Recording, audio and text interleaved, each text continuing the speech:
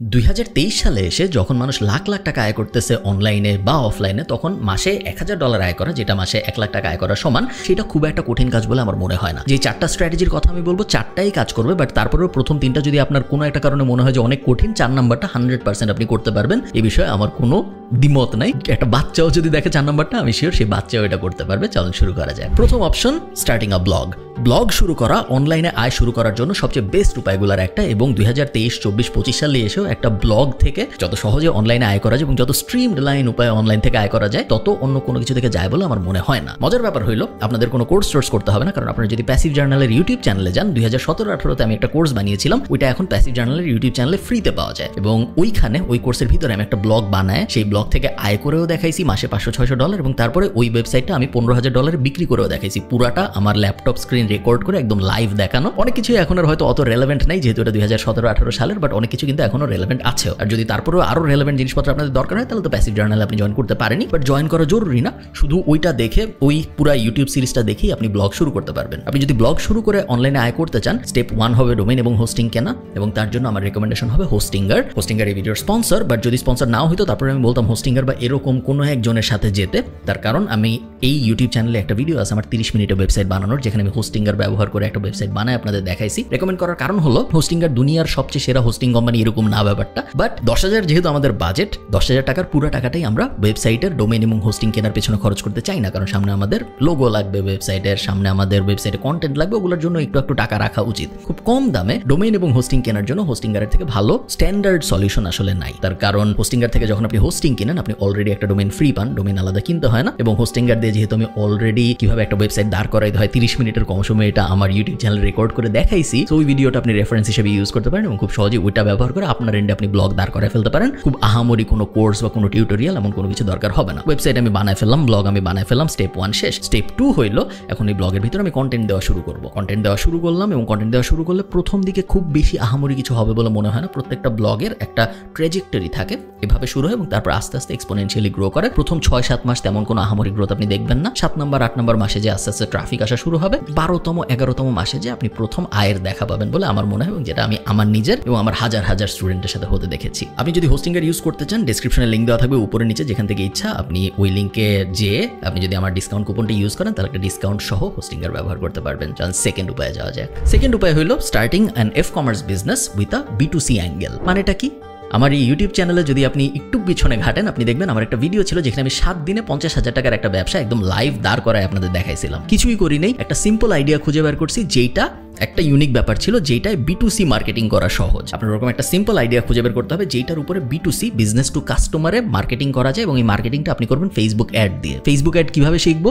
Again passive জার্নালের YouTube চ্যানেলে যদি আপনি যান, ফেসবুক অ্যাডের বেসিক কোর্সটা ওখানে পুরোটাই দেওয়া আছে, আপনার কোনো জায়গায় কিনতে হবে না। অ্যাডভান্স কোনো কিছু যদি শিখতে চান, তাহলে তো প্যাসিভ জার্নালের কোর্স আছেই, বাট বেসিকটাই এনাফ মোটামুটি শুরু করার জন্য। এমন একটা প্রোডাক্ট বা সার্ভিস আমাদের খুঁজে বের করতে হবে, আইডিয়ালি প্রোডাক্ট যেইটা খুব সহজে ফেসবুক অ্যাড দিয়ে মার্কেটিং করা যায়, এবং তারপর ওই দুইটা যখন আমি পাশাপাশি বসাবো, খুব সহজেই আমার ধারণা 1 থেকে 2 মাসের মধ্যে আপনি 1 লাখ টাকায় চলে যেতে পারবেন রেভিনিউতে, প্রফিটে না, এবং তারপরে আরো 2-3-4 মাস সময় লাগবে প্রফিটেবিলিটি পর্যন্ত যেতে। থার্ড, একটু কমপ্লিকেটেড, এই টপিকটার নাম হলো starting a business with an influencer in the B2B or B2C arena, ideally B2B। মানেটা কি? আপনি চিন্তা করেন, বিভিন্ন ইনফ্লুয়েন্সার আছে বাংলাদেশের মার্কেটে। বাংলাদেশ এখন ইনফ্লুয়েন্সারদের জন্য স্বর্ণখনি, চারদিকে যেদিকে তাকাই আমরা দেখি ইনফ্লুয়েন্সারগুলো আসলে কারা? ইনফ্লুয়েন্সারগুলো তারা যারা মানুষকে কোট আনকোট ইনফ্লুয়েন্স করে, বিভিন্ন ধরনের কন্টেন্ট বানায়, তাদেরকে তো আমরা ইনফ্লুয়েন্সার বলি। বেশিরভাগ ইনফ্লুয়েন্সারের বিজনেস সেন্স খুব খারাপ, কারণ ট্র্যাডিশনালি ঐতিহাসিকভাবে সামাজিকভাবে বাংলাদেশের মানুষকে বিজনেসে অত আগ্রহীও করা হয় না, বাংলাদেশের মানুষকে রিস্ক নেওয়া অত শেখানো হয় না, এবং বিজনেসকে সাধারণত চাকরির থেকে অনেক নিচে দেখা হয়। কেউ ছোটবেলায় তার রচনায় লেখে না যে আমি বড় হয়ে ব্যবসায়ী হবো, সবাই লেখে আমি ডাক্তার হবো, ইঞ্জিনিয়ার হবো। সাধারণ মানুষের জন্য সত্যি, ইনফ্লুয়েন্সারদের জন্য এটা সত্যি। এই ইনফ্লুয়েন্সারগুলা মনে করে তাদের আয়ের মেইন উপায় হইল ইউটিউবের অ্যাড, ফেসবুকের অ্যাড, এবং কোনো ব্র্যান্ডরা যখন তাদের স্পন্সর করবে তারা। বাট তারা এটা বুঝে না যে ইনফ্লুয়েন্সারদের আয়ের সবচেয়ে বড় উপায় হলো নিজেদের প্রোডাক্ট বা সার্ভিস বানানো। অ্যাজ অ্যান এন্টারপ্রেনার আপনি এই জিনিসটা বুঝেন। আপনি চিন্তা করেন, আমার যদি নিজেদের এমন প্রোডাক্ট না থাকতো, ধরেন ফর্মাল ফ্রাইডে বা আমাদের কোর্স, এই ধরনের জিনিসপত্র যদি আমাদের না থাকতো যেগুলো আমরা সরাসরি আমাদের সাবস্ক্রাইবারদের কাছে অফার করতে পারতেছি, তাহলে কি আমাদের রেভিনিউ এত উপরে যেত? যদি আমি আমার ইউটিউব চ্যানেলটা, আমার ফেসবুক চ্যানেলটা একটা বিজনেস হিসেবে চিন্তা করি, যেত না। সেম জিনিস অন্যান্য ক্রিয়েটরদের সাথেও করা সম্ভব। আপনার খুঁজে বের করতে হবে ওই ক্রিয়েটরের জন্য কোন প্রোডাক্ট বা সার্ভিসটা সবচেয়ে ভালোভাবে ফিট হয়। বেসিক চিন্তা ভাবনা করবেন না যে আচ্ছা ওই ইউটিউবারকে আমি বলি আমি উনার হয়ে টি শার্ট বেচবো বা উনার জন্য আমি মার্চ বানাবো। এগুলো বেসিক চিন্তা ভাবনা। আমি চাই আপনি অ্যাডভান্স চিন্তা ভাবনা করেন। ওই ইউটিউবারকে ভালোভাবে স্টাডি করেন, ওই ইনফ্লুয়েন্সারকে ভালোভাবে স্টাডি করেন, কমেন্ট পড়েন, তাদের হিস্ট্রি দেখেন তাদেরকে আসলে কি ধরনের মানুষজন দেখে, তাদেরকে যেই ধরনের মানুষজন দেখে সেই ধরনের মানুষের প্রবলেমগুলা কি জীবনে, ওই প্রবলেমগুলোর মধ্যে কোন কোন সলিউশন নিয়ে এই ইনফ্লুয়েন্সার কথা বলতে পারে এবং সেই সলিউশনগুলোর মধ্যে কোনটাকে নিয়ে একটা প্রোডাক্ট বা একটা সার্ভিস বানানো যায়। আমি কিছু বেসিক এক্সাম্পল দেই। কোনো ইনফ্লুয়েন্সার মনে করেন বিদেশে থাকে, জার্মানিতে থাকে কথার কথা। ওই ইনফ্লুয়েন্সার জার্মানিতে কিভাবে গেছে? মাস্টার্স করতে, ব্যাচেলর করতে। ওর জন্য হয়তো একটা ব্যাচেলর বা মাস্টার্স কনসালটেন্সি বা বিদেশে পড়তে যাওয়ার কনসালটেন্সি বা একটা এসওপি রাইটিং এজেন্সি, এই টাইপ জিনিসপত্র কিন্তু ওর জন্য ভালো বসে। ওটা কিন্তু আবার একটা বাইকার বাংলাদেশি ইনফ্লুয়েন্সারের জন্য হবে না। ওই বাইকার বাংলাদেশি ইনফ্লুয়েন্সারের জন্য বাইকের গিয়ার ভালো চলবে, বাইকের রিপেয়ারিং দোকানের স্পন্সরশিপ ভালো চলবে। সো বিভিন্ন ইনফ্লুয়েন্সারের জন্য বিভিন্ন ধরনের বিটুবি এবং বিটুসি প্রোডাক্ট কাজ করবে। আপনার বিজনেসের ব্রেইন ব্যবহার করে ফার্স্টে ফিগার আউট করতে হবে যে কোন ইনফ্লুয়েন্সারের জন্য কোন বিজনেস ভালোভাবে কাজ করবে। ওই বিজনেসের একটা প্ল্যান বানাইতে হবে। তারপরে এই ইনফ্লুয়েন্সারের যদি কোনো ম্যানেজার থাকে তার সাথে যোগাযোগ করতে হবে। ইনফ্লুয়েন্সারের সাথে কিন্তু আমরা যোগাযোগ করবো না, কারণ ইনফ্লুয়েন্সার মনে করে যে ও আমার তো ইউটিউব থেকে ইনকাম হচ্ছে, আমার তো ফেসবুক থেকে ইনকাম হচ্ছে, আমার তো দুই একটা ব্র্যান্ড ডিল আসতেছে, আমার জীবন ভালো। কিন্তু ইনফ্লুয়েন্সারের যে ম্যানেজার সে বুঝে, কারণ সে একটু এন্টারপ্রেনারিয়াল, এবং ম্যানেজার যদি ইনফ্লুয়েন্সারকে নতুন কোনো বিজনেসে কনভার্ট করতে পারে ওই ম্যানেজারেরও লাভ বেশি, কারণ ম্যানেজাররা সাধারণত ইনফ্লুয়েন্সারদের যে ইনকাম হয় ওটার পার্সেন্টেজ হিসেবে নিজেদের কমিশন পায়। তো আপনার ডিলটা মূলত হবে ম্যানেজারের সাথে। আমি হইলে এমন ইনফ্লুয়েন্সারদের টার্গেটই করতাম না যাদের আসলে কোনো ম্যানেজার নাই, কারণ আমার মতে তারা হয়তো বিজনেস সেন্সে ভালো না। এটা একটা ভালো আইডিয়া, একটু কমপ্লিকেটেড, বাট আমার ধারণা যদি আপনি ঠিকঠাক মতো করতে পারেন।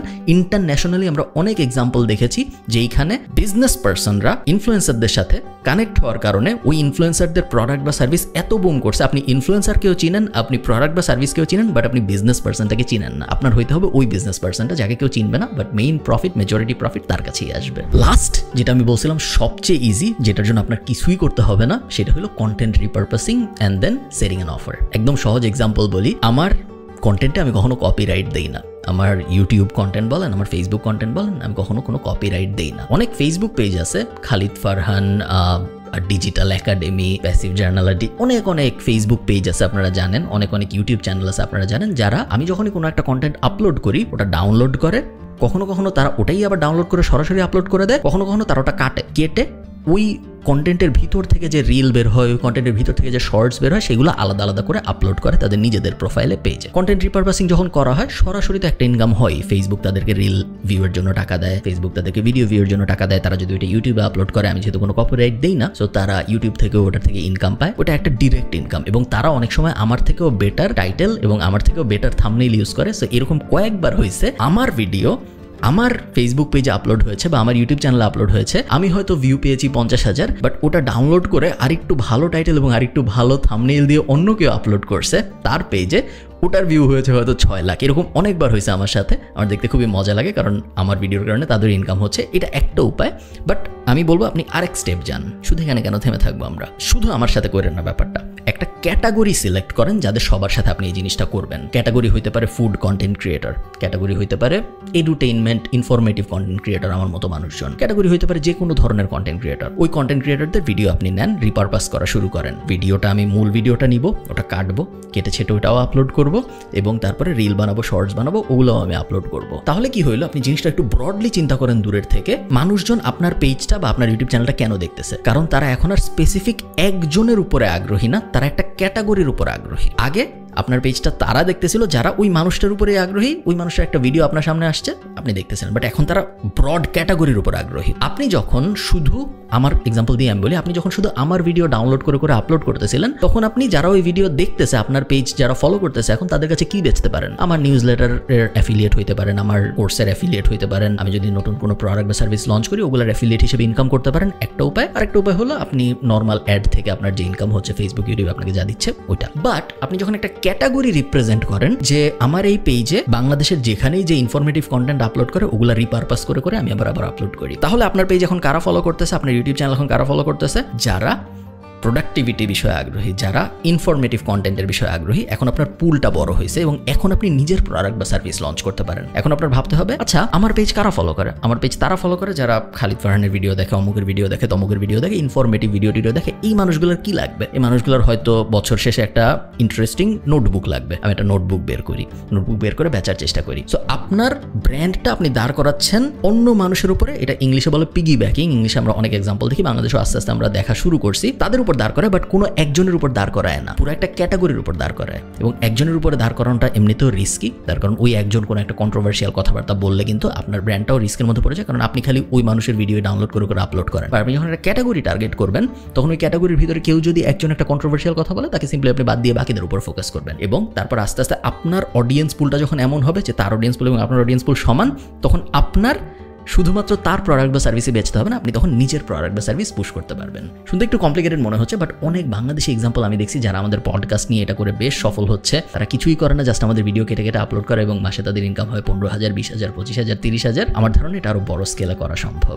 এই 4টা মেথডের প্রত্যেকটাই কাজ করবে 10,000 টাকাকে 1 লাখ টাকা বানানোর জন্য। জাস্ট একটা ব্যাপার আমি বলে রাখি, যখনই আমরা বলি যে 10,000 টাকাকে 1 লাখ টাকা বানায় ফেলবো বা 500 টাকাকে 20,000 টাকা বানায় ফেলবো, তখন মাথার মধ্যে প্রথম যে ব্যাপারটা আসে সেটা হলো কি শর্টকাট নেওয়া যায়। কারণ আমরা একটা ম্যাসিভ জিনিস করতে যাচ্ছি, খুব কম টাকাকে অনেক টাকা বানায় ফেলতে চাচ্ছি, এবং শর্টকাট ছাড়া কি এটা করা সম্ভব? আমি বলবো সম্ভব। এবং আমি যে স্ট্র্যাটেজিগুলোর কথা বললাম, এগুলো প্রত্যেকটার কিন্তু প্রপার বিজনেস স্ট্রাকচার আছে। কোনোটাই এমন না যে আমি 10 টাকার বিটকয়েন কিনলাম এবং তারপর তারপরে আমি আল্লাহর কাছে দোয়া করবো যে 10 টাকার বিটকয়েন যেন 1 লাখ টাকা হয়ে যায়। ওইটা কিন্তু বিজনেস না, ওইটা হলো রিস্ক এবং না বোঝা একটা রিস্ক। আমি জানি না, আমি ইনফ্লুয়েন্সও করতে পারবো না, হবে নাকি হবে না। ট্রেডিং, ফরেক্স ট্রেডিং, এই ক্রিপ্টো ইনভেস্টিং, ওই টাইপ জিনিসগুলা খুবই রিস্কি জিনিস, এবং ওগুলা করে আপনি খুব স্ট্রাকচারালি প্রপার বিজনেস মেন্টালিটির হিসাবে কোনো একটা এস্টাবলিশড এন্টিটি দাঁড় করাইতে পারবেন না। এবং এই কারণে আমি ওগুলো সাজেস্ট করি নাই। আমি যা সাজেস্ট করেছি এগুলা একটু কষ্ট হবে, এই জন্য আমি বলছি 12 মাস সময় লাগবে। বাট আপনি যদি কষ্টটা করতে পারেন, 12 মাস পরে আপনি দেখবেন আপনার কাছে শুধুমাত্র 10,000 টাকা 1 লাখ টাকাই হয়ে যায়নি, একটা প্রপার বিজনেসও দাঁড়ায় গেছে।